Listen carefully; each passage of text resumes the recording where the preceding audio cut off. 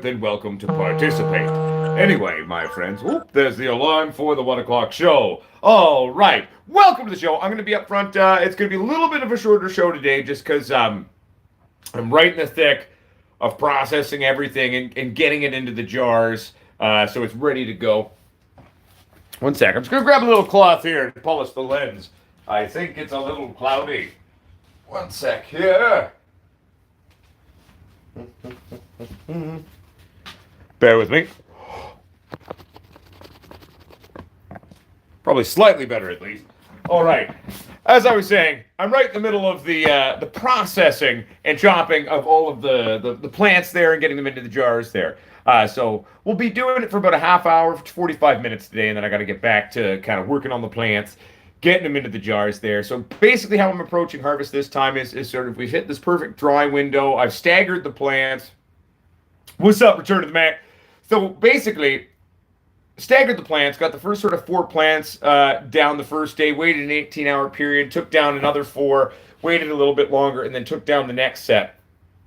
Simply put, what that's allowed is us to slowly work our way through in the sort of reverse or in the exact orientation that we took them down because it's staggered that way. So they're kind of drying out at slightly different rates with the different phenos and the different strains, but it's worked out fairly well. We've kind of nailed it in terms of kind of getting everything off the plant at that right perfect time to get it into the jar. And then that way I can go through and trim after the fact from the jar. But let's quickly say hi to everybody who's talking here. All right, first we're going to switch to make sure we're in live chat. There we go. Everybody's messages are readable. What's happening, Jeremiah Sanchez? Good to see you. What's up, Nathan Burrow? Good to see you, my friend. All right, what's up, Captain PH Lockout? Good to see you.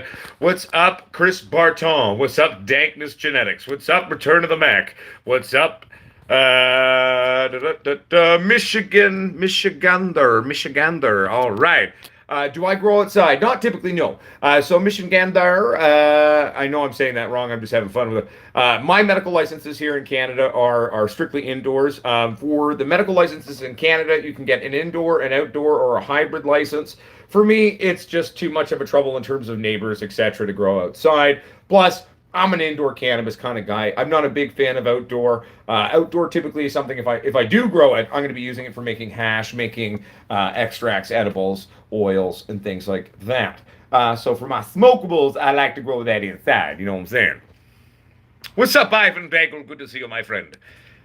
I was hearing you were sick, by the way, Ivan. If you're feeling under the weather, which I'm really sorry about, man, I hope you feel better soon. I'm doing well, Eugene Dolan. How you doing, buddy?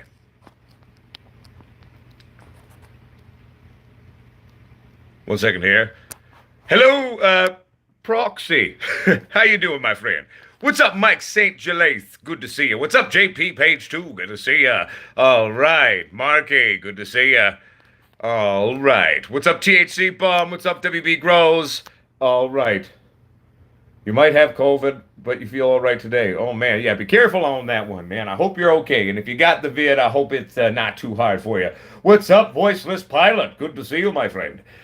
Today has been a busy day of processing, and it's going to be a lot more processing today. So like I was saying at the very beginning of kind of starting the show, working on getting everything into the jars. So basically, what am I doing? I'm going through the plant. I'm taking all my buds off of it. I'm doing a really quick clean, so not a final trim, but enough of a quick cleanup on them that they're going to be able to easily go into my jar. I'm going to maximize sort of my space within my glass jars. And then at that rate, I can then basically slowly work my way through trimming it. And it'll work out that way. The one thing to remember when you leave some of the sugar leaves on, when you throw it into the jar, it's going to be burping a little bit more often. You got to burp a little bit more often. It's giving off a little bit more gas, shall we say. Quite possibly, what kind of things you got, Michigan there? What's up, Family Trees Go Coast? Dankness Genetics says, what do you think about a staggered harvest so the lower buds ripen up? Basically cut the bits off the top, blah, blah, blah. Yep. I mean, Dankness Genetics, at the end of the day, I've done it before. And I would say really at the end of the day, where you can do it, I'm of the mindset where it's kind of a waste of time for me. Because really at the end of the day, getting it down and getting another run going is really where I'm going to be at. And the great thing for me is I make a lot of rosin. I love, making a rosin doobie, using it for edibles, using it for a lot of different things like that. So My lowers having that sort of less developed state to them isn't actually a bad thing, because then all the colors to the rosins naturally within the plant material are going to come out in a nice bright color. And that's basically sort of what controls our color of our presses there. So if we do a really, really late pick, that's where sort of some of those darker colors are coming from. So for me, I'll take down the tops, dry them out to smoke as flour, and then I'll take my smalls and then use those for making like rosin and stuff, right? So for me, I'll take the whole damn thing down. You can technically do it, but for me personally, in terms of my world and what I like to do, it feels like kind of a waste of time. I'm better off just sort of taking the whole plant down, processing it, using it for different things, and getting more plants going again. So Michigander, if you want to come check us out, so this is the Potsquatch Growers community on Facebook. Once you join that group, please answer the questions. It's liability. Obviously, I am in that group, and it's not hard to figure out who I am. I have the Potsquatch Growers Army logo. My name is Josh. So you'll see me there in the group there. The Potsquatch Growers community on Facebook. Feel free to check it out. Just answer those questions. Liability, man. Dankness Genetics, I do, but I didn't run the side lights in the last run also. So the side lights on this run were turned off because part of what we were doing on this run was trying to keep the production costs down and to see how low we could make that production cost while still hitting sort of certain levels of weight production, actually. So we didn't run side lighting on the last run.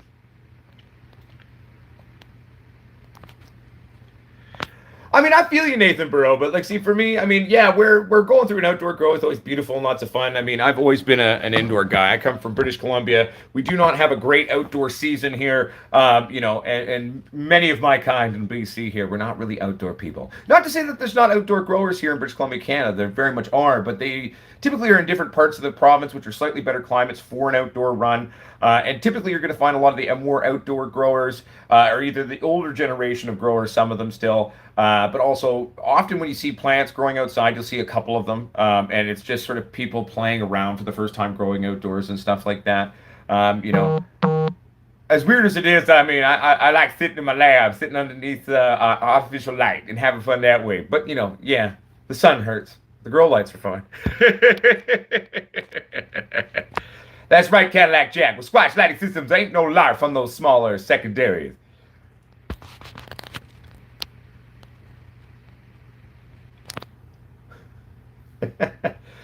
Yes, I figured, Captain PH Lockout. You give yourself away very easily. You just want attention. Dankness Genetics. Yeah, bro, just the OG is very bushy, so I thought it was a plant as I got a few not ready harvested yet. The 11. Yeah, well, no, also too. I will say, like, if it's super bushy and it's very underdeveloped on your lowers for sure. That's a big reason why, selective defoliation, especially in indoor grows, is going to be a quintessential component to kind of allowing that piercing through the canopy. We're not destroying the entire canopy. We're just opening it up. It's also better for air movement and stuff, right? If your lowers are like super underdeveloped, then yeah, for sure. But if they're that underdeveloped, what I would do is maybe take them down to where those buds are, re-veg the thing, let it get another kind of thing, train it out, control it out, and then flip again. If you're wanting to take the time to kind of play around with it, maybe even do that, because that could be a lot of fun too. Yeah, larf bad. I agree, Family Trees Grow Coast. Which is funny because that's an American term. We don't actually use that term in Canada. I do now because I've learned it from my American fellow Potsquatchers, But it's a very American term. We never called it that, you know what I mean? We would just call the sort of lower buds either smalls or just shit. I don't think we really had a word for it, to be fair. Which is, so yeah, the term larf, hey, we'll use that, rock and roll.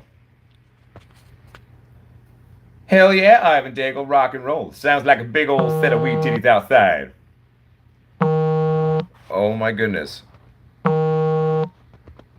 Mike is calling. It's like, Mike, we're in a show, you silly git. Oh my goodness. Texas Squatch, you're always calling during the shows. Pay attention. My goodness.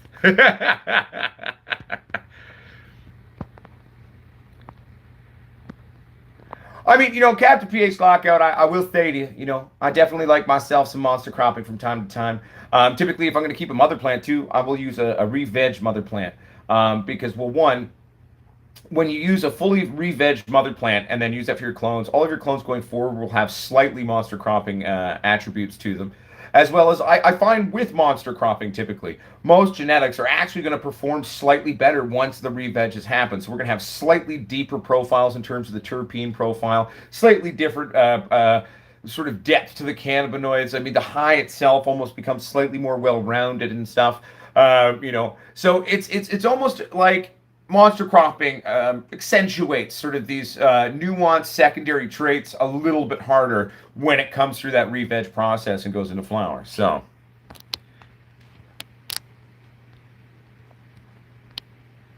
I mean, yeah, smalls, popcorn buds. I mean, we haven't really called them popcorn buds in a while.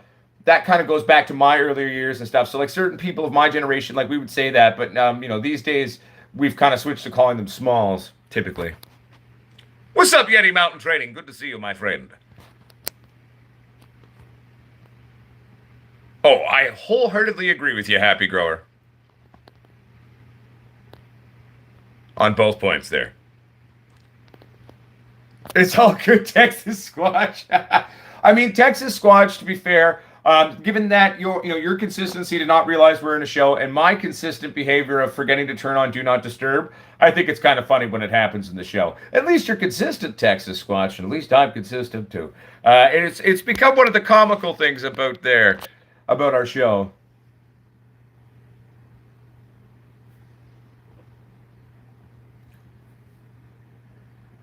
How you doing, Texas? Did you survive work today there, Texas Squatch?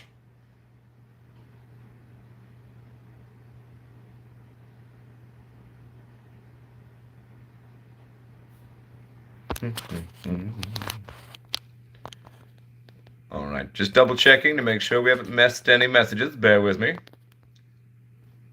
All right, I believe we are good now. We are caught up.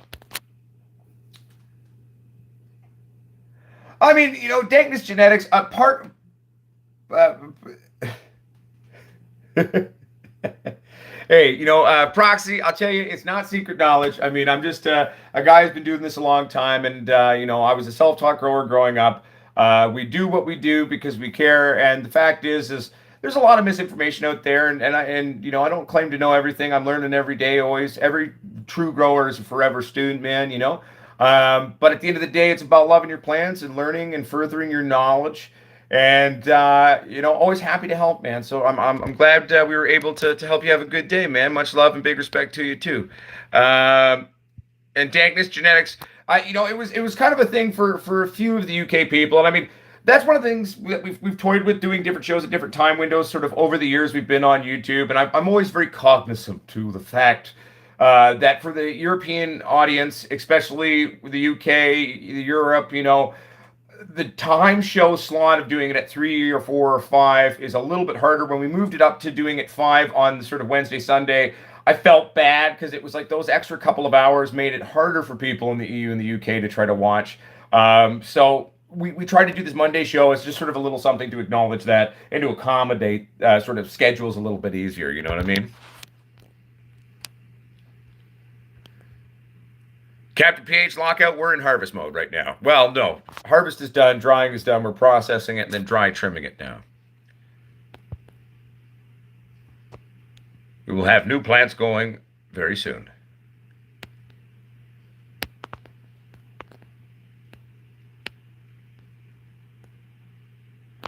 Nathan Burrow, we're going to have new plants started. Basically, I was going to start them before I went to Vancouver, but it was just like, I got to get this processing done right. So I'll probably get beans going in the next day or so.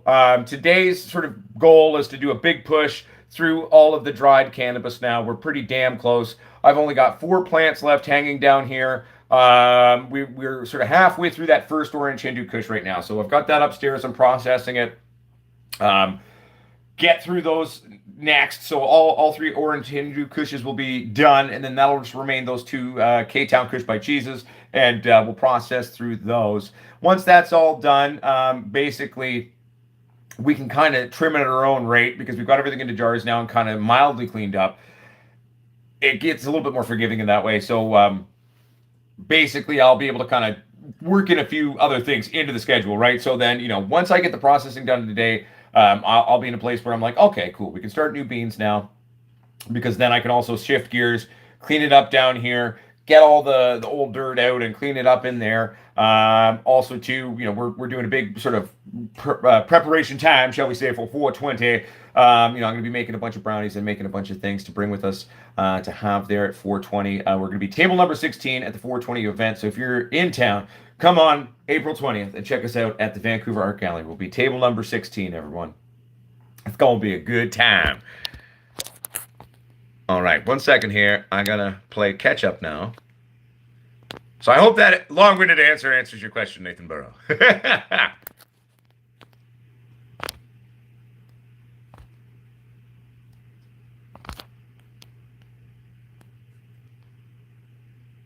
The Cine Gaming Empire. Hello, my friend. How are you? Welcome to the show.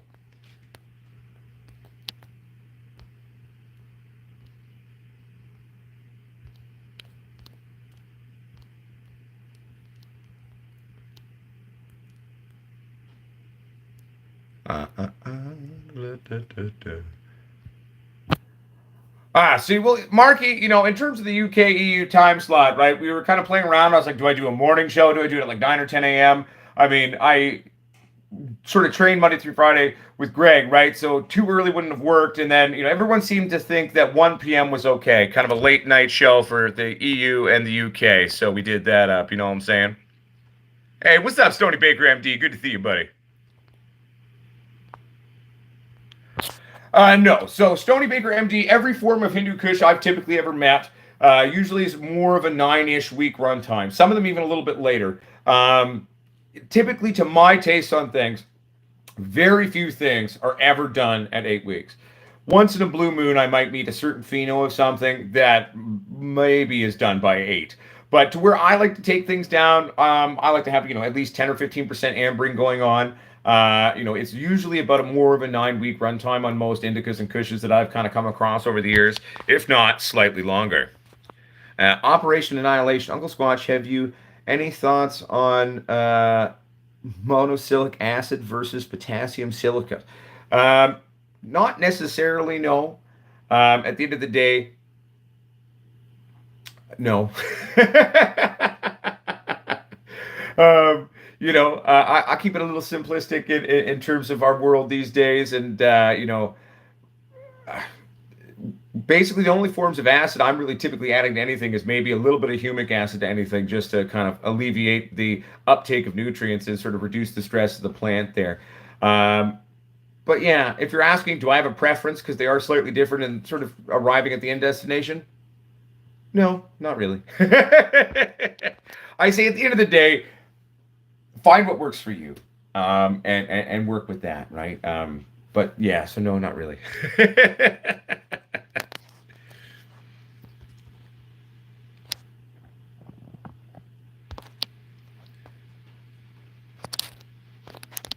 Hey, no, you know what? When everyone's chatting and I have to try to keep up, that's okay. It keeps my brain spry. It's a mental workout. What's up, Grown Up Grows? Good to see you. I'm glad you're doing well, the City Gaming Empire, by the way.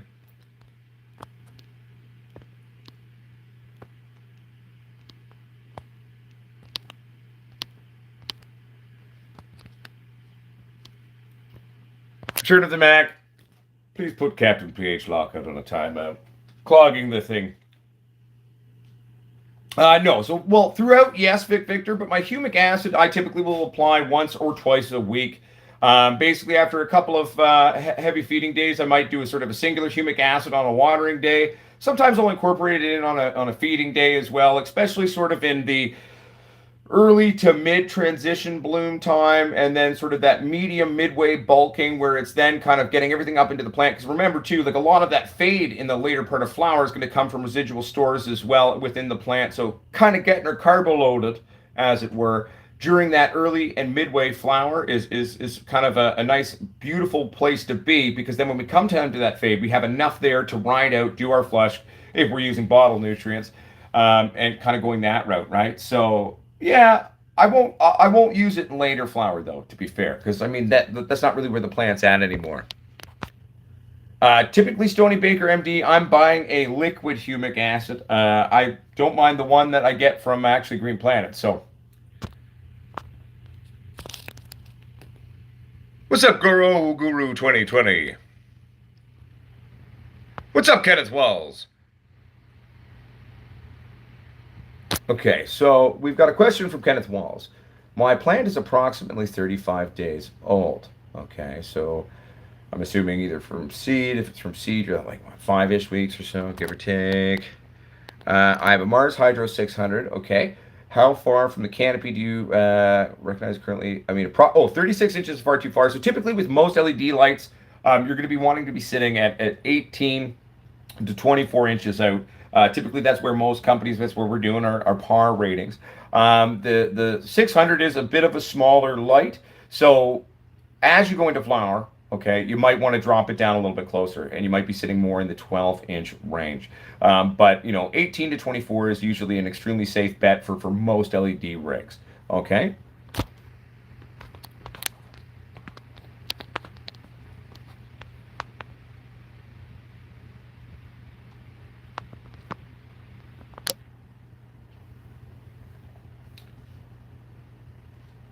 What's up, I Spy Retro? How you doing, buddy? Good to see you.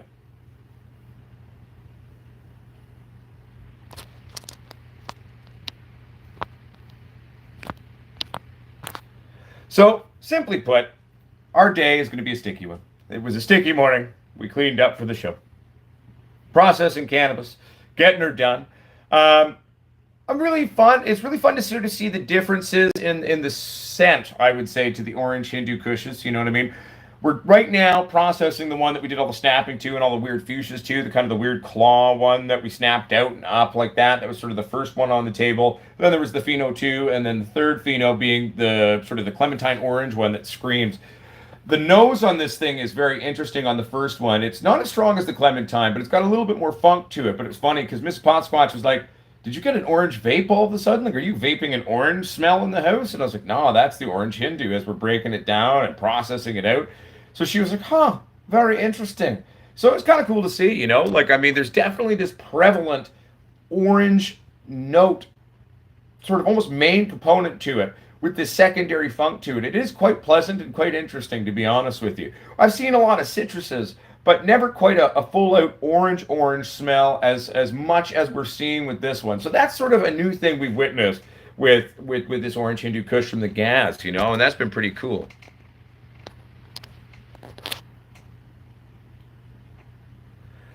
The City Gaming Empire says, I like how, unlike most, you reply to most, if not every chat. Most others just don't read the chat. Well, I mean, when we started the live stream shows, it wasn't because I had this great desire to be like, look at me, I can do a live stream show. When we were able to start doing them in terms of our size on YouTube, I didn't do them right away. But then I was like, you know what? All right, maybe we will do them. Maybe we will live stream. And I wanted to do kind of just sort of an informal hangout with everybody, get to chat with everybody if people have questions, or just want to have a laugh, and just sort of make it a community building time, shall we say, for the Potsquatch Growers Army and community.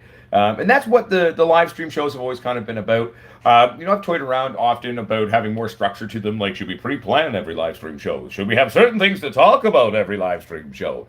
And sometimes we do come into the show with kind of some pre-planning that we want to do. It'd be nice to eventually start doing some shows. We'll bring some other people on, and Shanti Bubba said at some point he'd be willing to kind of come up on to the show, so that could be really cool one day.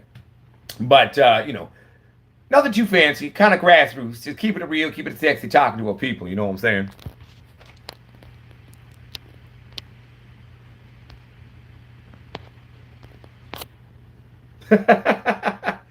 Thank you, Random Letters. Much love.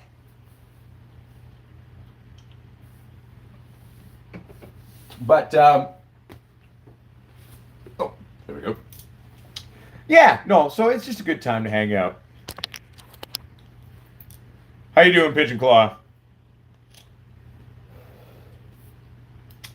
But yeah, no, I'm looking forward to today getting the processing done, everybody. I mean, I woke up really early, got an early start to it, got a few hours done before it was time to train, and then, back at it now after the show. And just got to get it down, get it all processed into the jars. Because once it's into the jars, my timeline stress will be kind of alleviated because we can kind of slowly work our way through it from there. Also, too, like I said, doing a lot of prep work too for the 420 event and making a bunch of different fun things to have available for everybody. And we've had everything confirmed. We're also going to be having a bunch of our CBD line coming in, so that'll be a good time. Well, Pigeon Claw, I mean, it could in theory work. What's up, Wonky Donkey? How you doing, buddy?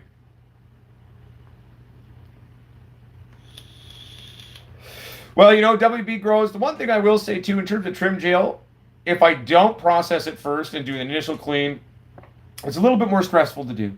Because I'm very aware of if I don't get it into jars, we're going to miss that perfect moisture level in our flower. So the initial cleanup and process is just a quicker process for us to actually get it into the jars so that we are then able to kind of take our time as we're going through that final manicure and really nailing it in, dialing it in, making it as sexy looking as we can. You know what I'm saying?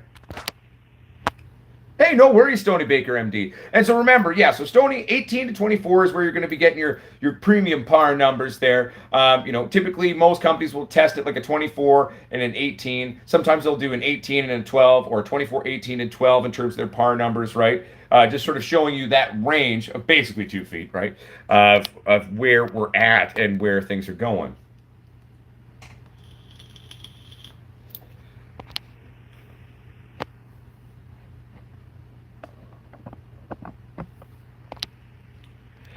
I part of why I don't do pressing videos anymore, Happy Grower, is every time we did pressing videos recently, we seem to get YouTube getting mad at us and getting mad about the videos or taking the video down. We didn't get a strike for it, but they would take it down though.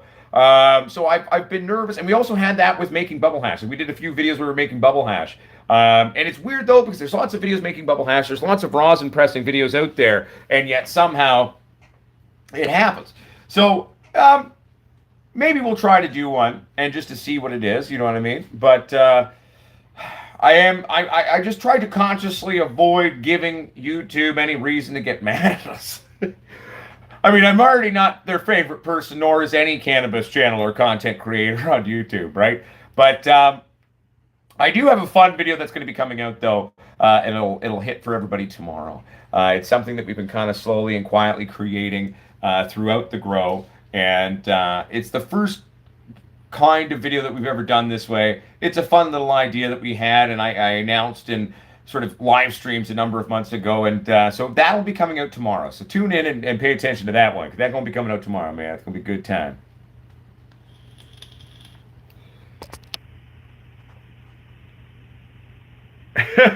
Einstein, it's been a while. How you doing, buddy? Good to see you. FTCC. What's FTCC, Pigeon Claw? Hey, one love to you as well, Family Trees Grow Coast. Keep it real. Yeah, no, and Stony, I mean, I started out as an HPS grower too. I switched over to playing around with LEDs early on, before the tech was really there as a replacement. But yeah, no, it's just a slightly different approach. But once you make the switch, you realize it's kind of night and day, really. And the future is here now. LED grow tech has finally gotten to a point where it is actually the way to go. It's just a bit of a sort of adjustment, really, to how we use it.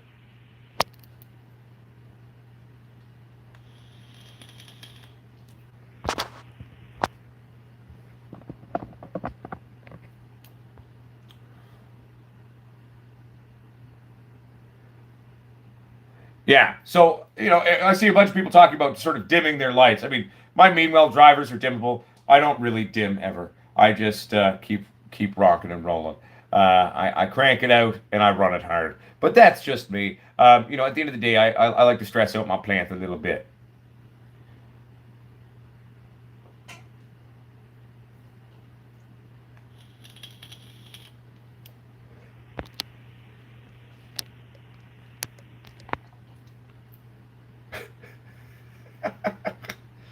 Einstein, good job there, buddy. And at the end of the day, though, in terms of LED lights, I'm just watching this secondary behind conversation going on.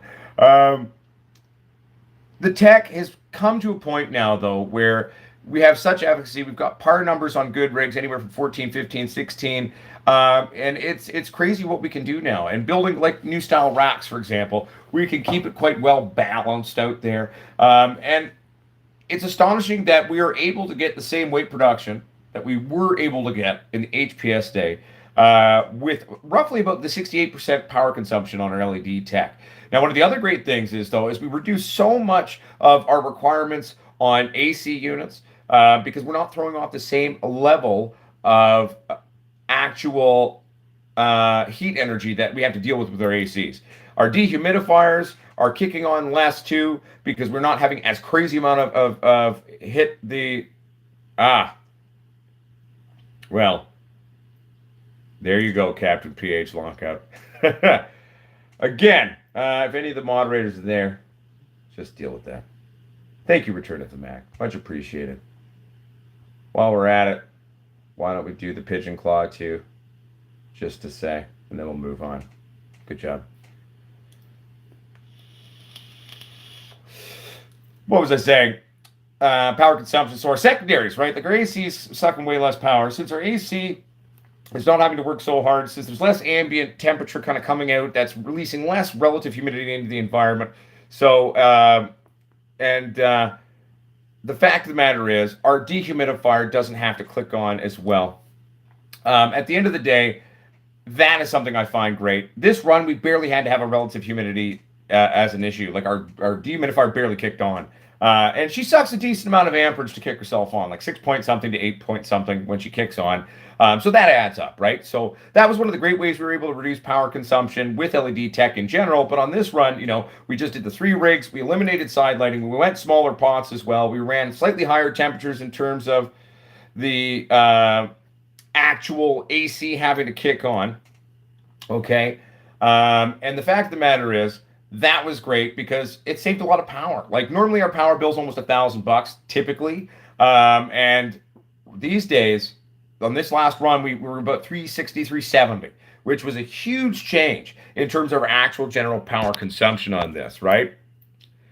Oh, it can, Eugene Dolan. And the second half has to work too hard too. That's when I've noticed that it really throws off a lot of heat. My dehumidifier, if it keeps sort of putting along, it doesn't really throw off too much heat, which is great. But when it has to really, really work hard, that's when it gets like it's almost like a hair dryer set on full or max. I mean, it's nuts.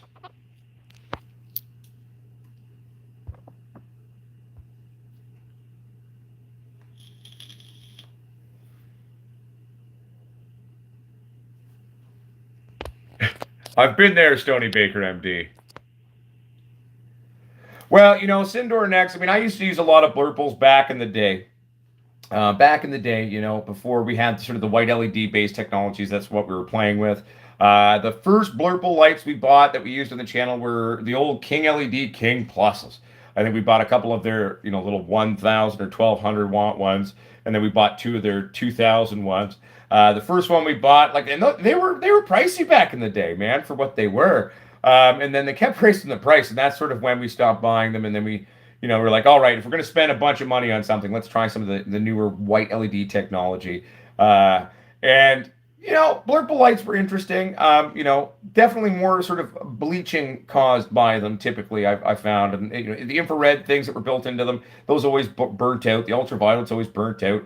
Often there seemed to be issues with many of them where part of the board would burn out, which would be typically just sort of the actual parallel circuits of the chips themselves in the board would just burn out. And the only real way to fix it would be just to switch the damn thing out. But, it was a place to start, and it was kind of where we were at. A lot of the old blurple lights and their basic ideas of having specific wavelengths that we're mixing into this were based out of a lot of experiments originally done by NASA and growing algae and stuff in outer space as a potential food source for long space or interstellar travel and shit and blah, blah, blah. Colonization of the moon and Mars, etc. Oh, yeah. No, Mudspot, it can be real. It can be real.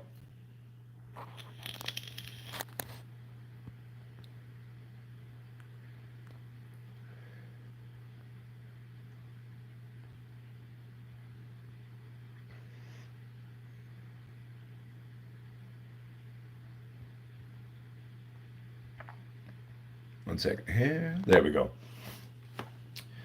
But yeah, so basically, I'm still debating also too in terms of what we're running next. It's so hard to decide. There's so many things I want to play with. I'm thinking though, for the next run, we might run the Galactic Citrus Shiva, which is that F1 of the cross between the Alien Rift and that Orange Hindu Kush with the really tight nodal spacing on it. That was a very sexy, sexy one. We're going to run some of those. We're going to see what our plant fucking experiment has created for an F1 on that. We're going to run those. We're going to see how those go. I might even pop some more Alien Rifts. Because you know what? I'd like to see what would happen with the Alien Rifts if we gave them a chance to veg out a little bit more. Now that we know how temperamental they are from the cold, we'll avoid that from the get-go. We'll pamper them maybe a little bit more than it is in my normal style of growing. And to see what we can do with those and maybe do some cool training on the way out. Because they had a beautiful natural structure to them. So we train them down and out. Maybe we'll even on those Alien Rifts, especially do sort of one, maybe that bottom binding technique we used to do on the channel again on them. I'd like to play with the genetic a bit more because I was overall really quite impressed with, one, it triked out really well. Two, for tiny plants, it produced very well. And three, the resin it was producing was interesting. Like I was saying in yesterday's show, it's kind of almost got this buttery fatness to it at the same time. This buttery fat resin to it that's just a little bit different than a lot of the other resins of typical cannabis I've seen throughout my career. It was sort of an interesting thing. And it's got this weird, funky, earthy, spicy scent to it. But I've also come to notice that there's almost like a sweet citrusy secondary to it, which is interesting that that's starting to kind of come out. I've noticed only really since it's been hanging and drying, and then we'll get it in curing and we'll see where it goes. You know what I'm saying?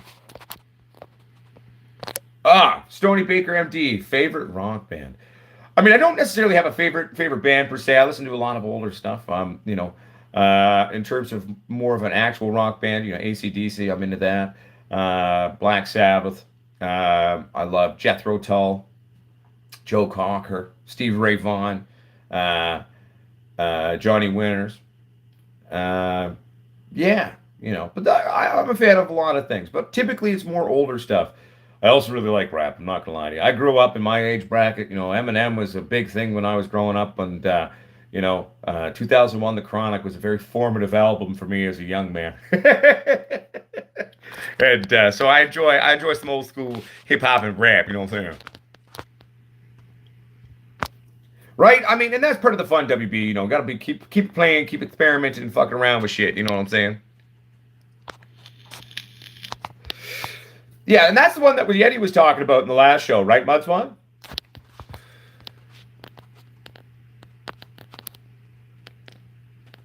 Oh, I agree. Operation Annihilation, and also Stony. I mean, it just get creative, Stony, when you're talking about it. Think about what you're witnessing within the cannabis, within its resins, within sort of the notes of what you're smelling, and take some time, analyze it. You know what I mean? Growing high-end cannabis and boutique-style cannabis is an artisanship, right? So be patient, take your time with it, analyze it, think about it, And that's a really big thing in terms of how we do a lot of stuff here in BC and BC bud and the sort of the BC industry that's evolved here over decades and that is now, I guess what the government would typically call the gray zone or the black market.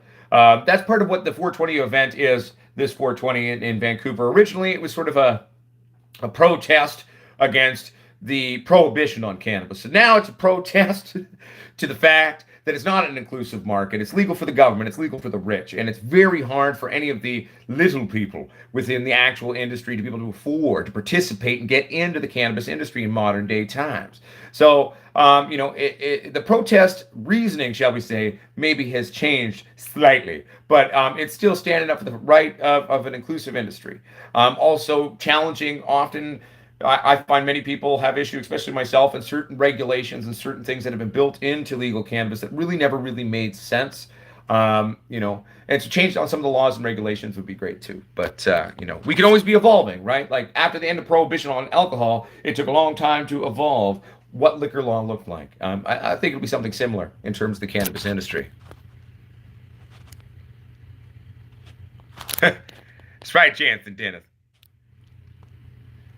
Dude, I don't disagree with you, Einstein. If I had to pick the greatest guitarist of all time, I would pick Stevie Ray Vaughan. My top three, obviously, would be Stevie Ray Vaughan, Johnny Winter, and Jimi Hendrix, obviously. I view Jimi Hendrix as a revolutionizer, but I truly believe that Stevie Ray Vaughan, in many ways, took a lot of what he did to the next level, and also in his own way too. But yeah.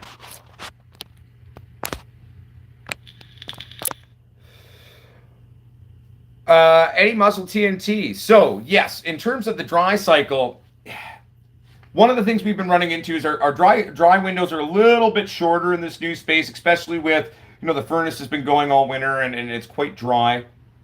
Um, I like to shoot for a 10 to 12 day dry window typically. 10 or 12 days, I'm really happy. We were a little bit shorter than that, but not by much this time. And that's a big part of leaving the whole plant intact. Will help you to slow that down, and trying to cool your temperatures down is a great thing too. So typically I'm drying in this room here when I'm drying. I pull it out of the flowering room and kind of into here. So given that, eventually I'd love to get maybe a small AC that I attach into the window here, so that when we are drying in here, we can really drop our temperatures down low, and slow that drying window to really hit 10 or 12. I think that's going to be kind of what gets us there. We were this time probably 8-ish days, eight and a bit days maybe on our dry time, maybe almost 9. So it's pretty close to the window we like to hit on that.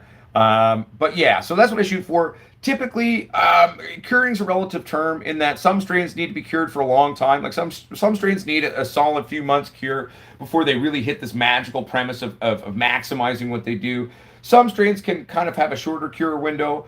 Typically, I would say the bare minimum requirement to have something ready to start, grabbing at, or to say get it ready for market, shall we say? That's going to be a bare minimum of 3 weeks, but it's going to continue curing for months to come. So that's why if you're ever hooking up with anyone with something that's a little bit fresher, always say, hey, maybe keep it in a glass jar. You know what I mean? Maybe burp it once or twice a week. And be cognizant of that. Don't leave it in the light. It's still evolving in and of itself, right? But yeah, I hope that helps. And I did hear, by the way, that Cypress Hill has let out a new album. I have not heard it.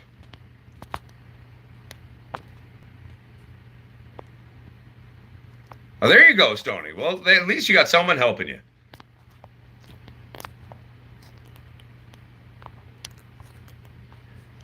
Well, the Cine Gaming Empire.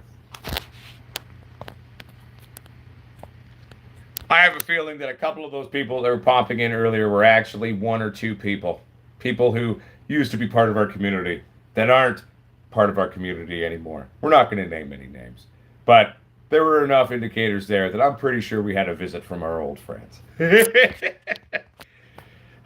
just kind of sad, really, Is that really what your life is, Good luck.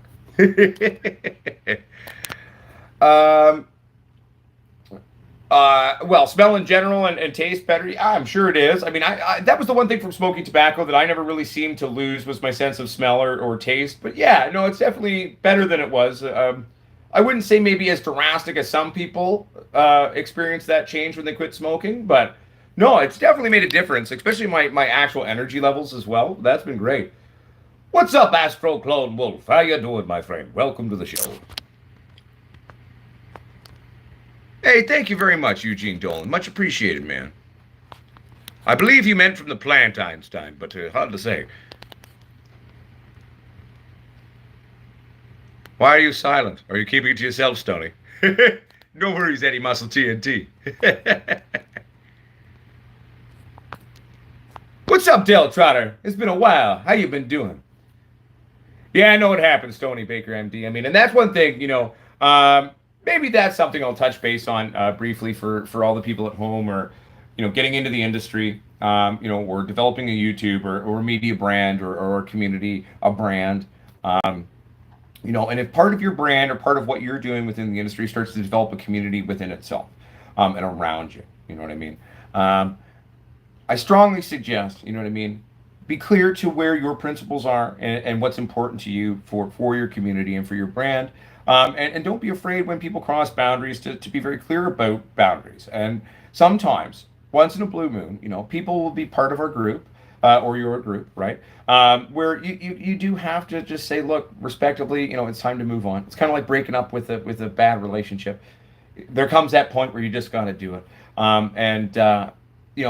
My main thing for how I viewed all of that, always typically for our community, is it's one thing to come at me, and that's fine. you know. But it's when people start kind of, harassing and bullying people behind the scenes, then you find out about it within your community, or actually not really spreading a positivity. Positivity and a safe place for all is a really big concept for us, the Potsquatch Growers. But, that safe place for all, and the freedom to be yourself does not entitle someone to mistreat others, right? Like, the treatment and respect of others is really big in our community. So just as you're developing your community, as you're developing your brand in terms of being a cannabis person, I strongly say be clear to yourself about what your values are and stick to your guns. Never change. Be your because realism in terms of this industry, realism in terms of creating a community and a brand is probably one of the most quintessential components for success, I would say. And it's okay. It's okay to stand up for your community. It's okay sometimes to be like, you know what, you've crossed the line too many times. I'm sorry, please move on. And they're typically going to have some weird hard on for you, and they'll spend years after the instance still being weird, and it is what it is. It's just, wish them the best and feel a little sorry for them. That's how sad and shallow their life is. And don't get sucked into it. Okay, just don't get sucked into it. Hold your head high and keep going, baby.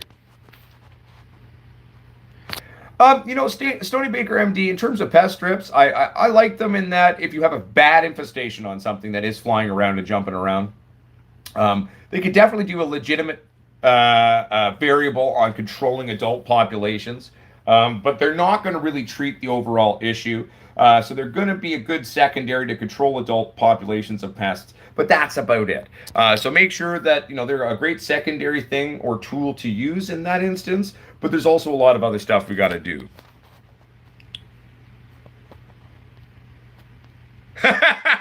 I'm just seeing Einstein with the microphone now, like love hurts. Oh, sorry, that was quite funny.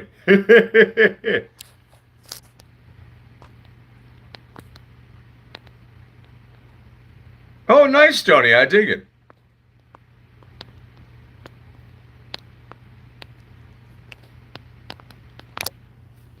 And I'm really curious about that one, Texas Squanch. One, to see if you experienced the alien rift in the way I did. Two, I'm also very curious to experience or to see, because I won't be there to experience it, but I can at least see, so I can kind of aesthetically experience what you're doing with the Afghani. I want to see what this Afghani, because that's the one that you got from that weird Canut Putt thing, right? I'm curious to see genetically what you got out of that thing.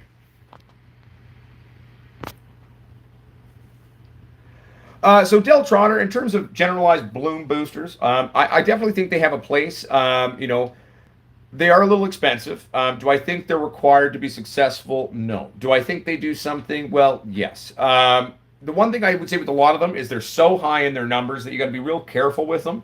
So if you're a newer grower, less is more on that. Typically, don't incorporate your bloom boosters into your typical feed. So have your normal feed day and then do them on their own.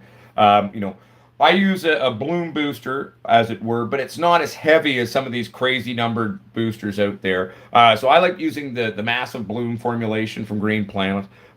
Typically, though, I will suggest don't be very careful if you're going to mix it with your normal feed. Typically, I'll do that one on its own feed day. And then, so I'll still hit with my 3-part, my normal kind of feed, but then I'll incorporate a day or two of the week where, maybe I'm going to do that massive bloom formulation instead. When Caden tried that one, and then when he mixed that in over at District Records with his standard feed, he got a little bit of a burning, and I was like, oh yeah, you gotta be super careful with that one, man. Working those two ones together, you know what I'm saying?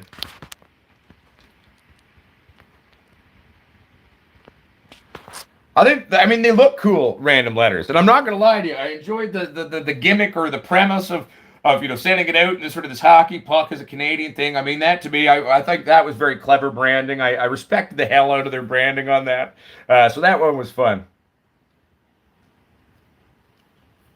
Yeah, and so Del Trotter, I would say, and also too, that Ocean Magic really does function similarly in my humble 2 cents, right? So yeah.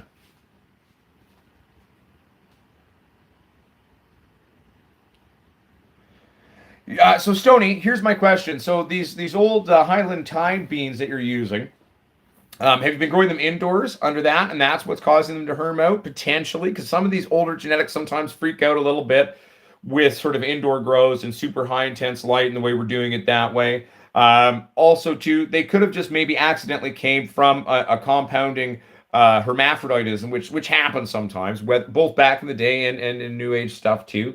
Because sometimes you'll meet things and they'll come from a batch of beans that was too far gone in terms of hermaphroditism and compounding generations. That's all you're ever going to get, sadly. But I'd give it a try, though. What's up, OG Zeno? How you doing, buddy? I'm doing all right. Yes. Astro Clone Wolf. I'm a big fan of using blackstrap molasses in terms of my feeds. This is correct. Making sure it's unsulfured, obviously.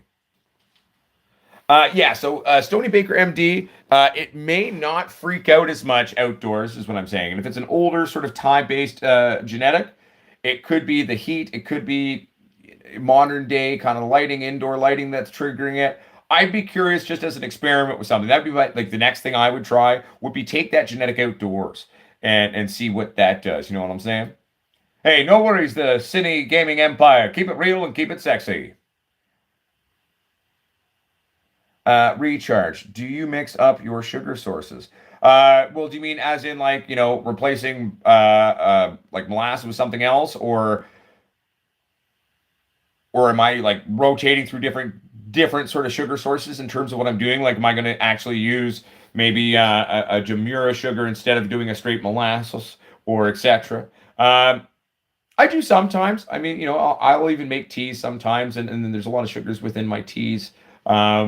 Often I will incorporate molasses into those, but sometimes I'll make it a little differently and play around with things and just use the sort of the natural fruit sugars of it. I mean, Gaz has been doing some pretty cool stuff where he's been making this like super banana sludge that he's been using for his flour. And, he says it seems to almost give his pot like a banana hue to it in terms of its nose, which I have mixed feelings on personally. And like, I don't know, like, the diet giving it the smell makes me feel strange, but at the same time, I'm curious at it too. And it's cool that it's doing such a good job covering its bases, though, too, for the nutrition during flour. So, I mean, I switch things up a little bit, from time to time.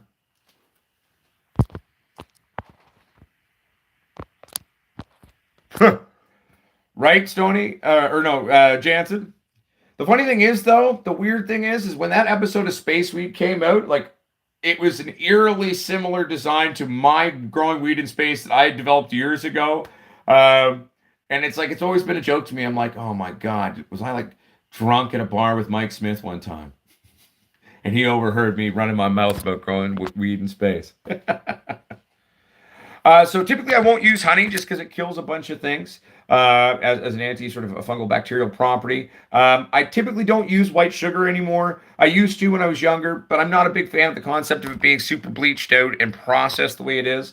But I'll use brown sugars. I'll use Jamura sugars that have had more molasses introduced back into them. I've played with raw cane sugar. I will do a lot of fermented fruits from time to time when I have the time to do it properly. Let it all break down and get sexy, obviously. But yeah, so I do. I change everything up from time to time, year to year. I like to rotate out. It all depends, right? Depends on my mood and playing around with things. What's up, Roman Reckless? Good to see you, buddy. I wouldn't get rid of my neighbors ever if I had a hash-made driveway. My favorite thing is when he's got his dirty hash feed, he's like sitting there like dabbing it onto rolling papers and trying to roll a J.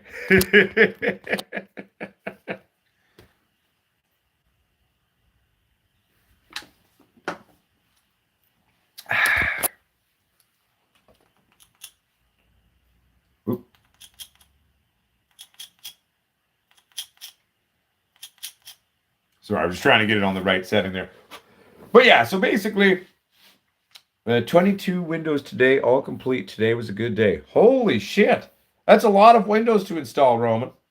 That's a big day, buddy. It's a big day, buddy. We're having an effective day here processing. I'm almost entirely done. I'm basically half a plant away from having 1/3 left. So basically, I've got half of that first orange Hindu Kush that we had. That was the one where we did all the snapping and kind of trained it out this way. It got all those cool fuchsias. So I'm processing that one, sort of doing a quick clean on it, process, break it down, get it into the jars, and then we can like kind of do the final manicure as we work our way through that. So basically 4.5 plants-ish left to go. We're going to do a big push today, get that out of the way. Then we'll get the new plant started, clean up things down. And we've got a lot of prep work to do over the next couple of weeks, getting everything ready for the 420 event. We're going to be making lots of hash, lots of brownies. We're going to have lots of cool things for everybody at the show. Hey, cheers back to you, the School of Crop. How you doing?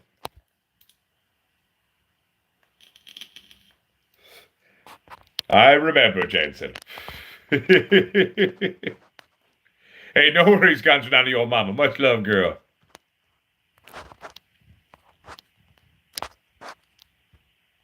Damn, Roman. That is a big job, man. Respect.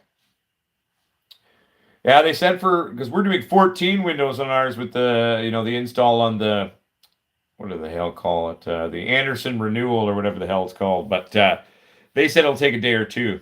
But I don't know if they're sending 3 guys. It may just be like 1 guy or 2 guys. So.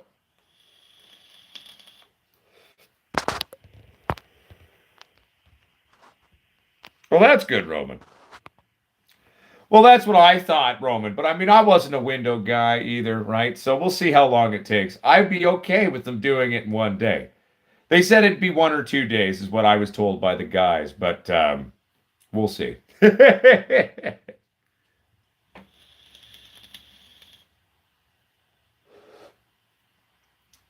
I'm going to have to hide down in the lab. So I'll have to get the lab really clean when we're redoing the windows so that poor dogs don't have a heart attack upstairs, if you know what I'm saying. I do remember Jansen, Dennis, Ren and Stimpy. It was a good time. Oh, I know. That's something that Roman was telling us all about, months ago. He was like, dude, we pay good money, but you know how hard it is to find somebody who's willing to come put in windows with us? It's insane.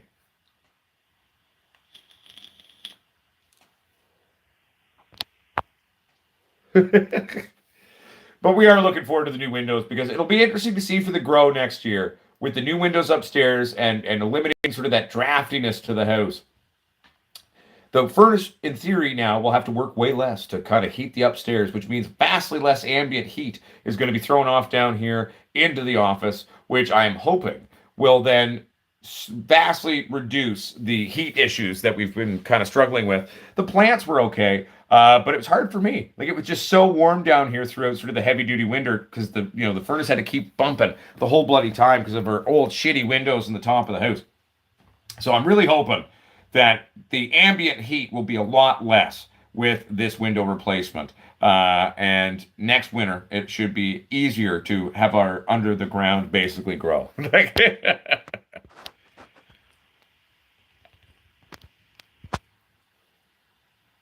Hey, what's up, Sean? Sean and Shayla Denny. Sorry, it was all kind of blended together. I was like, okay, squint your eyes. You can do this. How you been? Good to see you.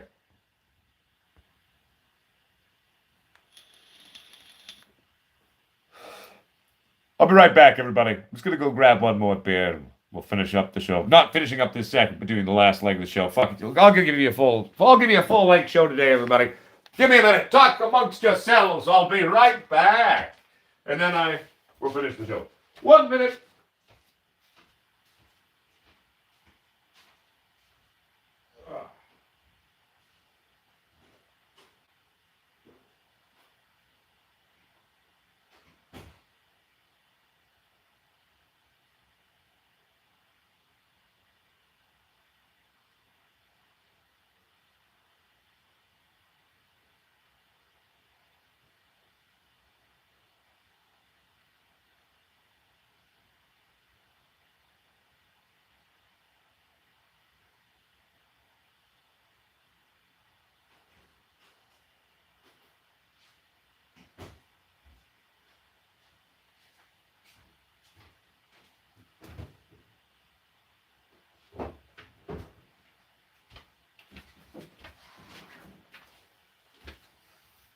And we're back.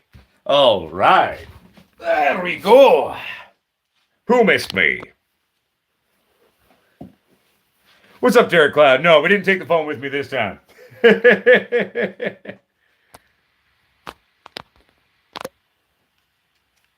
These are pajama pants. They don't have to be pulled up.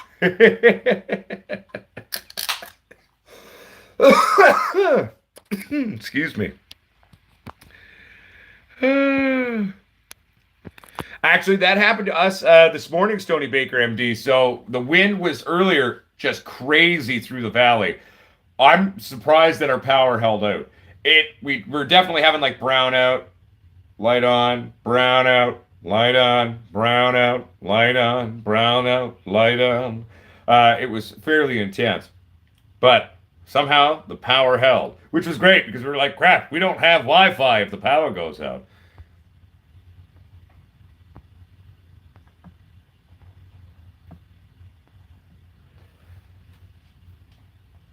Hey, thank you, Jansen. Wow, Stony, that's dedication. I don't even know how you did that. I could have only been gone a couple of minutes. That's absolute maximum. My prostate health is still okay. Let's also talk about, though, again, we've already talked about it earlier. We'll talk about it again for those just joining us. For those of you who want to come check us out, we're going to be down at the 420 event in Vancouver this year. We're going to be table number 16. It's going to be a good time. We're going to have all the hats and t-shirts. We're going to have all the CBD there. We're going to have seeds there. We're going to have hash and brownies and cannabis and rosin that I personally made. And there might be some shatter there that my buddy made. And, we're going to make tons of brownies and cookies. And it's going to be a good time. It's going to be a good time, everybody. And then we're going to also be doing some giveaways, I think. We might do a prize pack or two that we'll give away at the event at 420. So sort of throughout the day, people can enter in to win that pack. And we'll do the draw at 420. We'll also be doing a live stream coming live to you from the event. So we'll be showing you sort of from the heart of the event, really, because we're going to, big shout out to Cannabis.ca. They've donated a table for us to show up there. And so we'll be there by the Cannabis.ca table and the Beer Bros table. And it's going to be a good time, everybody. We're going to be rocking and rolling, keeping it party rocking, So looking forward to that. And it will be sexy time, I'll tell you. And a bunch of us are going to be there. So, if you see a table with a bunch of Potsquatch, wear Potsquatch Growers Army shirts, you'll be in the right place. Aha! Vancouver's in Canada on the west coast, Einstein, in the province of British Columbia.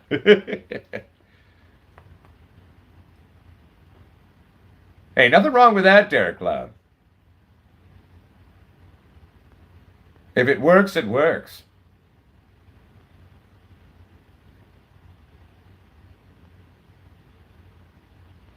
Yeah, well, see, in Roman Reckless, that's where I'm, right now, kind of just sort of like working really hard for the rest of the day to get everything in jars and processing everything first with just a mild clean on it, and then we'll trim from there. Oh, thank you very much, the Quiet Witch.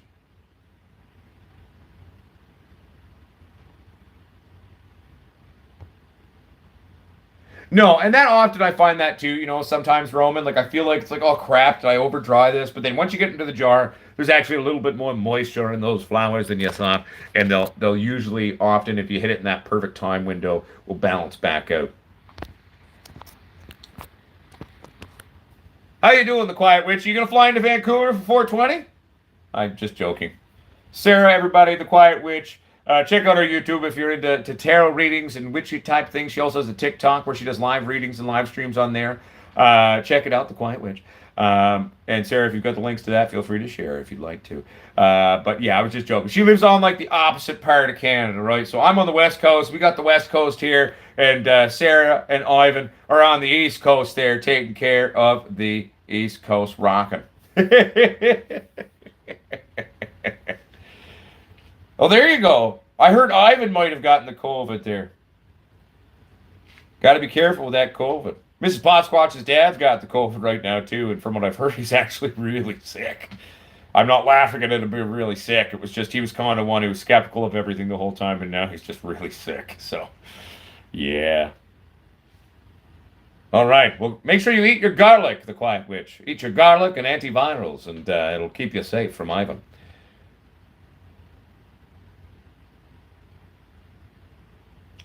And I think Einstein, that's going to be very selective to which autos you can do that, because I've seen many, many people try to do that experiment, and it almost never works. With the greater interbreeding between photos and autos these days, it is more possible. However, my question would be, was it really a true auto? Because there's a lot of intermixes that have been done where you're getting photos coming out, or you're getting autos coming out of photos. So as long as it was a true auto that was auto flowering and he ran it from seed to weed to the end at 18.6 or something like that, then cool. I'll definitely validate it as a true auto. And the fact that it was able to continue and growing out some other branching, that's kind of cool too. My question would be, how much new growth did he have after taking the cutting? When did he take the cutting? I'd be curious about where the genetic came from too, because you know, that's one of those things where it's not advisable. And if he actually managed to pull it off, good job. You did something almost no one's ever been able to do. That doesn't mean it's something that you can do easily. It doesn't mean something that you should do or anything. But it's definitely an interesting experiment, and he's not the first to have tried it. It's not that you can't get a cutting to root from an autoflower, but typically it doesn't really grow much once you do that, and it just sort of makes a giant bud more often than not.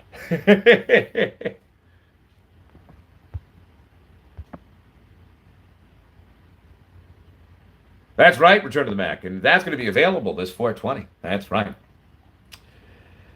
Lots of CBD tinctures and gummies, and the beard oil's going to be there too, everybody.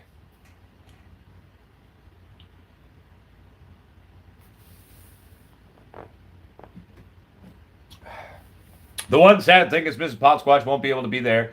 She's got to work. So it'll just be Uncle Potsquatch there, and then a bunch of other Potsquatches from the local hood areas. I'm still hoping that Caden Crooks from District Records will come. I'm pretty sure my buddy Andy from down the street, he's going to be coming down too. We got our buddy Elliot coming out. He's going to be hanging out with us there. I'm pretty sure my friend Tasha and Eric, they're going to be showing up and coming to rock and roll the booth there. I'm hoping my buddy who was there actually the very first time we went to 420 as the Potsquatch Growers many moons ago. His name is Bo. Hopefully he'll come down. He also played a role in our little web pilot for our web series, TV series that we made. Nice, Roman.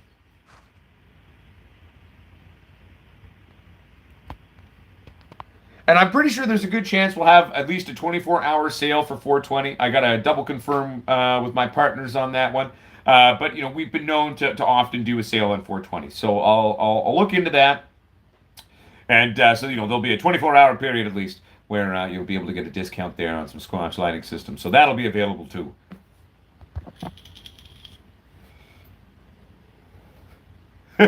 What? You don't want to buy a date with me, Einstein? Come on now. Don't you want a beer ride? I'm just teasing you, buddy. What's up, Staggered Productions? How you doing?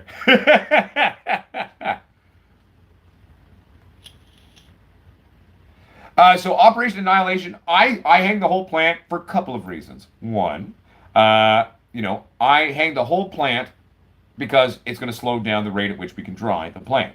That's a beneficial thing. Two, there's actually still a lot of active cannabinoids within the actual saps and within the plant itself. So by hanging it upside down, everything's going to slowly float down. And it's basically just the best way to do it. Between the slowing it down and allowing everything to sort of settle into your flowers there, you know, let gravity work for you. I'm pretty into that. You know, I dig it. So yeah, typically these days I cut the whole damn plant down. I also find that one, not only does it work better, does it sort of give me a more desirable dry time and everything that I'm shooting for, it also is easier. A lot less labor intensive in terms of harvest time. And it's actually kind of easier in processing, right? You grab one plant at a time, cut off all the branches, then you just sit there, you break through the branch, removing all the buds from that, do a quick trim on that into your jars, then boom, boom, boom, bam, bing, and then you kind of, you know, run through your jars, do your final manicure on that shit, and it's good to go. You know what I'm saying? Blessed be, and you stay safe as well, the quiet witch.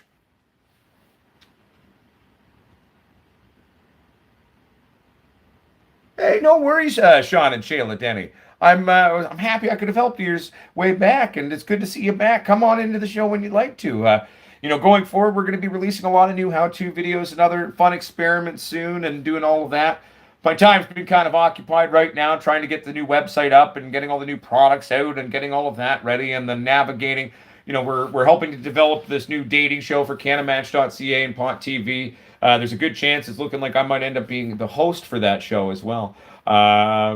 So that's kind of what I've been working on, doing that, as well as working on a bunch of other things in terms of my acting and my acting world and crap.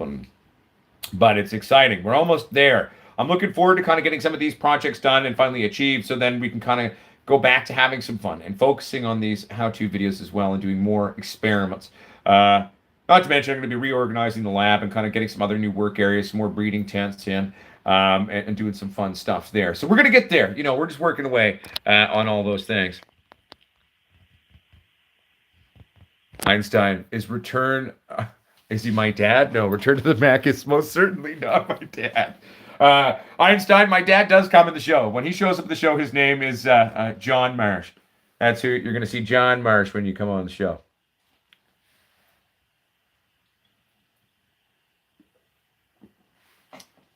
You're not wrong, Derek Cloud. That's why I like to use sort of a quite high-tensioned cord. Typically, I'm using nylon because, well, it's at least the one thing it's good for. We could use hemp line to do it, but I think it's kind of a joke that, we make nylon work for cannabis. That's a pot history joke there for those who didn't get that.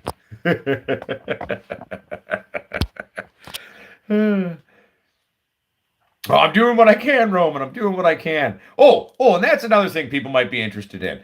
So this May the 9th, the television show I was in, it will be out. It's called Shadow of the Rougarou. It's coming out on Lumi, which is the streaming service for the ATPN. And I do know that a lot of us, finding the budget for a streaming service is hard in there. But to go out and show your support, I believe there's at least a free week that you can get it. So it'll be out May the 9th. Go check it out. If you want to see Uncle Potsquatch on a show, and you might see me die eventually too. So for the haters out there, you might enjoy that. But yeah, no, it's pretty cool. Check it out. May 9th, Shadow of the Rougarou on Lumi. Well, we're working on it, Sean and Shayla Denny. We're about to launch basically one of the most affordable CBD lines in the entire world, definitely of the highest quality. It's not huge. We're doing 2 flavors on the gummies,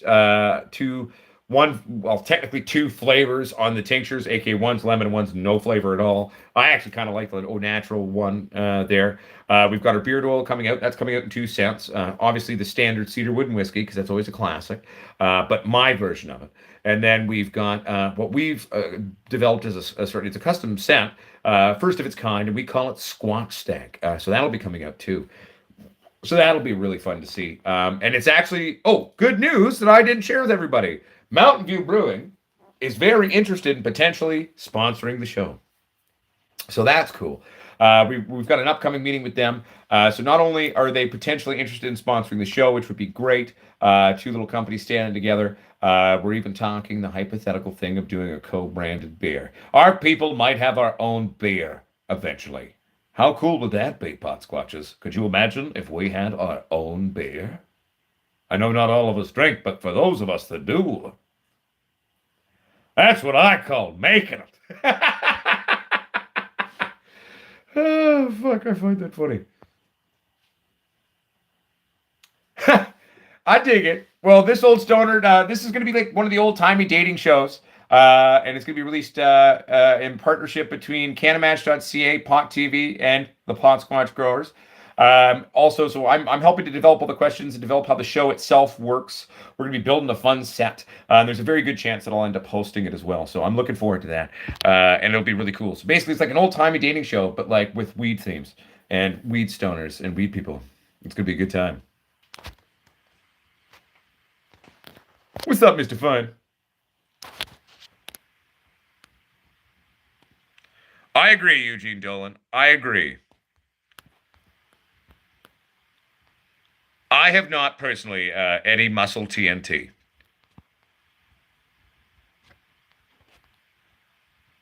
Jansen Dennis is like, say nylon is Scottish. I'll probably try and say it wrong because it's probably one of those words that has like a weird way that it's said, and I actually don't know how it's said. Scottish Angus, Scottish Angus, Nylon. Down in Scotland, the Nylon. I don't know actually how you would say it. I'm not actually sure. That's an interesting because with the N and the Y followed by the O after the L with an N, I'm not sure how that might be said. So I made my best guess.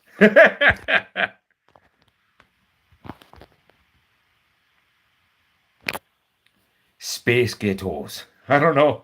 That's another hard one. How would I actually say that? See, but this is a good thing. You're pointing out shortcomings in my accent so I can like learn to address it. Hashtag boom.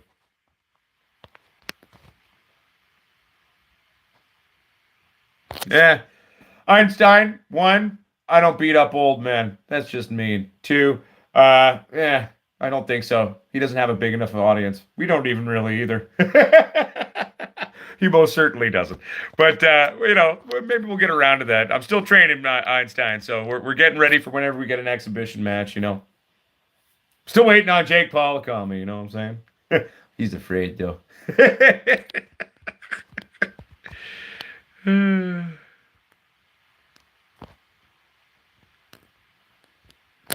Yeah, Stony, just don't sink to anyone's level in the industry who's not nice. There's no point to it. Just keep it humble, keep it happy, keep it sexy. Hell yeah, Sean and Shayla Denny. Sounds like I'm saying Spice Girls. Well, there we go. At least it sounds like something. Oh, Operation Annihilation. That just would not be fair. Will Smith's wrist is far too limp for him to even be able to hit me. He might break his hand on my face. Sorry. Poor Will. And I mean, who knows how much he's going to work now after that. So I don't know if he can afford all that reconstructive surgery after his wrist shatters against my fucking Potsquatch hand. So, you know. But I'll collab with Chris Rock, though. Maybe we could do a special on Jada. Sorry. We already covered that a couple shows ago when that all happened. But, yeah. Yeah, right? It'd be weird, Ivan. It'd be weird. Well, and that's the thing. Return to the Mac is it's that I've seen a lot of memes sort of dealing with that concept, and who knows? Who knows? Hard to say. Let me put it to you this way: reacting out of an emotional reaction is never acceptable when it leads you to violence and you start attacking someone. You're allowed to not like what someone says. You're allowed to not like a joke. Okay. You're allowed to even be angry about it. Okay. But reacting out of violence, especially publicly like that is the actions of a child and not of a man or a woman who's an adult. Okay. It was just childish. It was stupid. It reinforced a lot of negative shit that a lot of people have been fighting for a really long time. And it was just sad. It was just sad to see, but we'll leave it at that.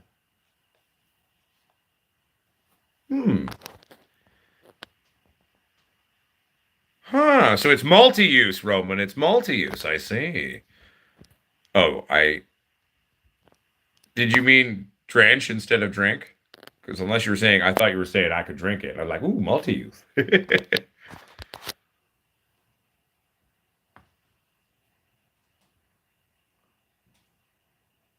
No, it was pretty sad, Operation Annihilation. You know what I'm saying? Like, it was pretty sad to see sort of the actual industry itself not do anything about it. Because in a proper situation, you should have been escorted out. And that was just the real thing. They should have stopped the show and escorted them out. That was the appropriate thing to do because it's called assault. There's no questions about it. But we don't need to get into that. We already spent enough time a couple shows back talking about it. If you want to watch that, go back and watch that, I guess. No, Einstein. No, no, no, no. We won't do that one, buddy. Also, though, Roman, can you send me the links though on Facebook Messenger though? It's easier because it's harder for me to go back and find things in the chat thing. AKA, I don't know how to do that. Yeah, but if you send it to me on the Facebook Messenger, I know how to do that. Okay. Oh God, Jansen Dennis. Could I say the longest name of the town, longest named town in Wales? Probably not. If it was spelt phonetically, I could probably make a go at it. I am part Welsh. My family comes from Cosmeston area. Um, but no, no, I don't speak Welsh. Welsh Gaelic is a fairly intense thing.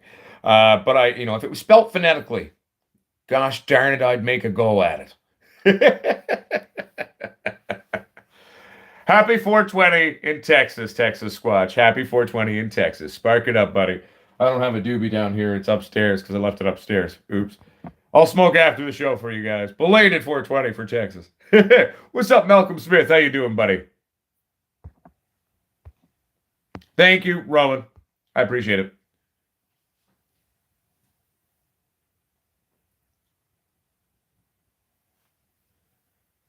I couldn't tell you what the longest Turkish word is, Gajanati Omama.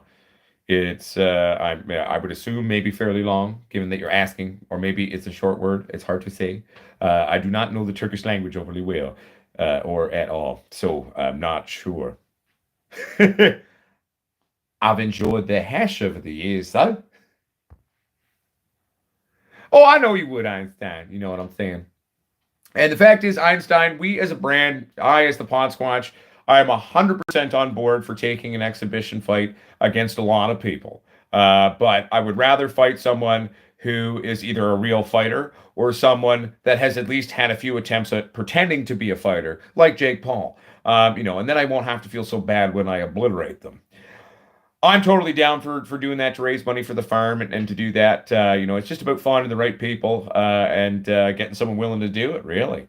Sadly, being a cannabis content creator and a public figure within the cannabis industry, where I may be a fairly well-known global brand in terms of cannabis, our world's a little bit smaller, right? So it's a little bit harder for us to get the attentions of these typical mainstream influencers who are right now engaged in all of these silly little battles of, I'm going to knock you out. No, I'm going to knock you out. But then we all pay a shitload of money to watch it anyway. So that's why it exists. So, Is that the longest word? There's a 9 in it. Unless that's like a character in their language. I don't know.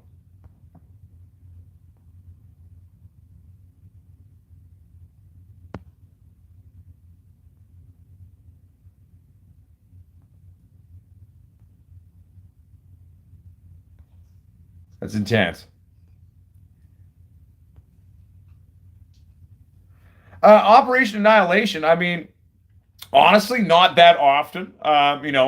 Typically, if I've got to fly down to shoot something or have a project, um, I was going to be down in Texas for marrying Texas Squatch and Alexis, but the COVID crap, and then it's all where I could have gotten down. They were going to like force me at gunpoint to a COVID like isolation hotel when I got back, and then charge me like $3,500 for it, which I didn't have that in the budget, so I had to cancel that trip.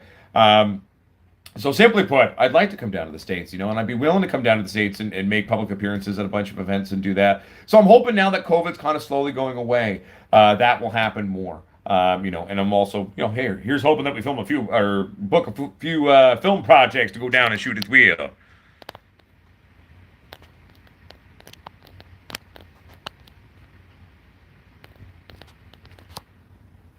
In the words of Martin Lawrence, what the problem is. Sorry, I'm just having fun now, everybody. But hey, I mean, it'll be hopefully sometime soon where we get to show up stateside. It's kind of a different reality though in Texas, Operation Annihilation. But yeah, they do like their guns. Um,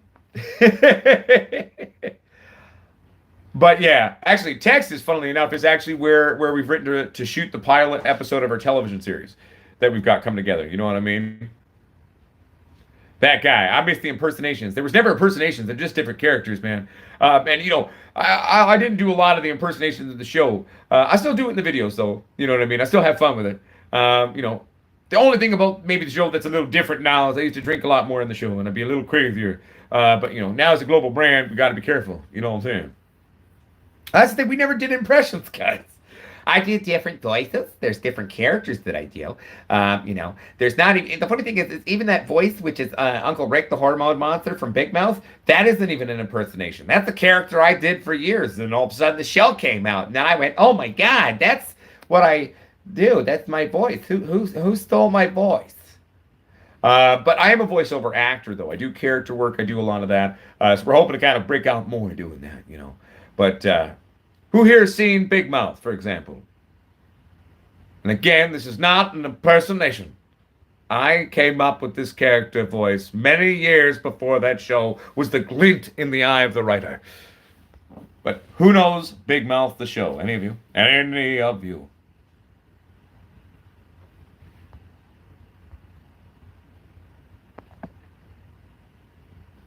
I'm waiting. All right, that guy gets it at least. Mudswat gets it. Eddie Muscle TNT gets it. No, it's Einstein. It's a show called Big Mouth. It's a cartoon. All right, all right. So we got a few people at least that has seen that. Okay, let me go here. Hello, mate. I really heard about mention it a lot. I just like to sit there, eat a hot dog and see a beer and have a good time. That's how I can get those how to have a good time. It's almost too much spit in my mouth for this one. Let's try it again. Hey, buddy, I'm Uncle Rick, and I'm going to hear my monster from the show Big Mouth. We somehow ripped out the candy that I'm Potsquatch eating a long time here, and then all of a sudden, here I am doing this voice, and I said my voice, but if I is the Potsquatch for it, and I said, I stole from the Potsquatch. The Potsquatch is not so hard, but I took this voice to do it for the show, and it's kind of sucks, you know what I mean? But it is what it is. Maybe the Potsquatch come in and do the voices if it doesn't ever die. Yeah. Anyway. You got to see the show, Mudswat, Big Mouth, right? Yeah. It's hard to understand. That's why they always put subtitles on Uncle Rick, but... Yeah,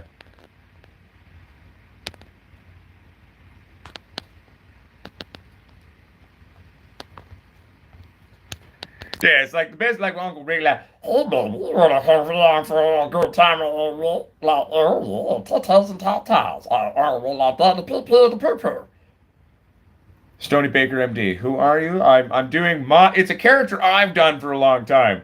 But then Big Mouth, basically, I was like watching the show with the wife, and the second Uncle Rick for the first time came out on the show, I just stopped. I was like, they stole my character.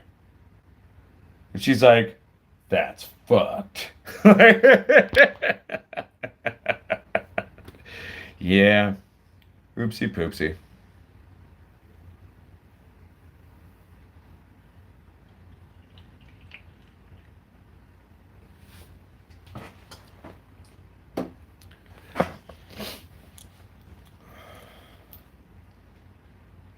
Oh yeah, Jansen Dennis. That's a good video, and that was a true day.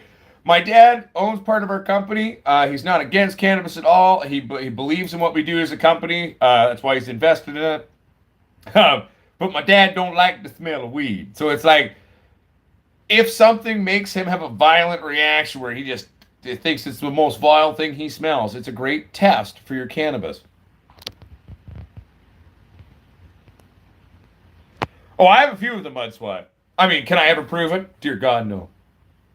But it's weird now. It's gotten to the point where there's been enough things, and it's like, so there's been a few different times where that's kind of, happened at different shows and different things that have come out.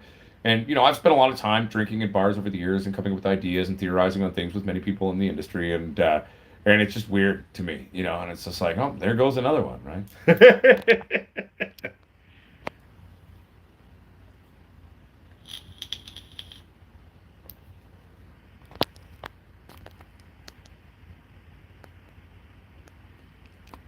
Hey, that happens, Gajanana. The brain's a weird, powerful place. I mean, Mudswat, that too.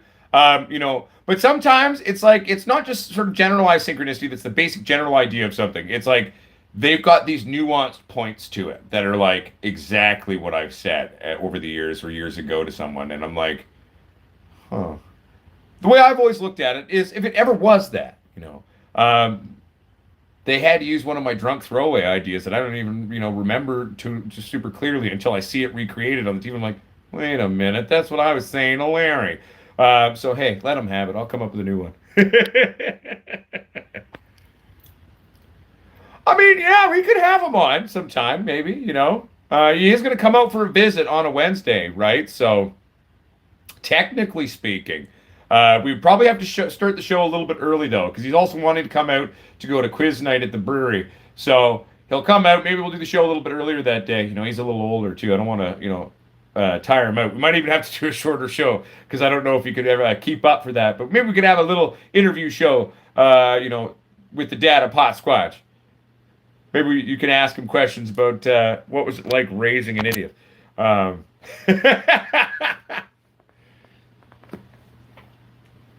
Hey, hell yeah, return to the Mac. No, you rock and roll, man. We've actually hit sort of the end time for the show, everybody. And I'm going to keep it strict to the hour and a half today. I was going to actually only do 45 minutes or so for the show. And hey, you got a full-size show anyway. I got to go keep processing, everybody. I got a lot of work to do. I got to get this stuff processing in jars today because I got to get that done so then I can keep focusing on getting the next run going, getting things ready for 420, and processing things. Okay. I got to go get sticky again and start breaking down some plants and some buds. All right. Hey, Einstein, if you're going through Potsquatch withdrawal, you haven't been to the show in a while. There's a bunch of shows you can go back and watch and catch up on. All right. Well, everybody, thank you for supporting this channel. For those of you who have liked this show, thank you very much. For those of you who have subscribed, thank you. For those of you who haven't, if you want to, great, thank you very much. And also, subscribing is great. Tell your friends, all right. If you'd like to support this channel, liking, subscribing, we just covered that. 2, go to potsquatchsales.com, the soon-to-be functioning store where you can get all your swag, CBD, and hopefully a bunch of other stuff that'll be coming out soon, too. Check out Squatch Lighting Systems. Find the link to that in the many messages that has been shared by moderators throughout this chat. It's in the description of this video and the about page of this channel. Squatch Lighting Systems, brought to you by SoulScript. Some of the most affordable professional-grade tech around. I will also share that we have a Facebook group, the Potsquatch Growers community. Check it out. It's a place for all Potsquatches to come and hang out. There's the link right there. Thank you, God, none of your mama. Answer the questions if you join the Facebook group, so then we can let you in. It's a liability. It is good. Einstein, your name is not Mud, dear friend. It's Einstein. It's just, this is the length of the show, and I've got stuff to do. All right, my friends. We'll have a beautiful, cool, fun new video coming out for you tomorrow. For those of you who remember what I was going to be shooting throughout this whole run, you might know what it's going to be. Some of you might not know. You'll have to wait and find out. All right, remember, the true grower is the farmer's doom. The true grower is not afraid to take risks. The true grower makes educated, stupid decisions. Love yourselves, love your plants, love each other. Be kind, and be kind always. You never know the battle someone's dealing with. All right, everybody, word to your mother, keep it sexy, keep it real. Potsquatch the fuck out. Ooh, hitting the camera. Bye-bye.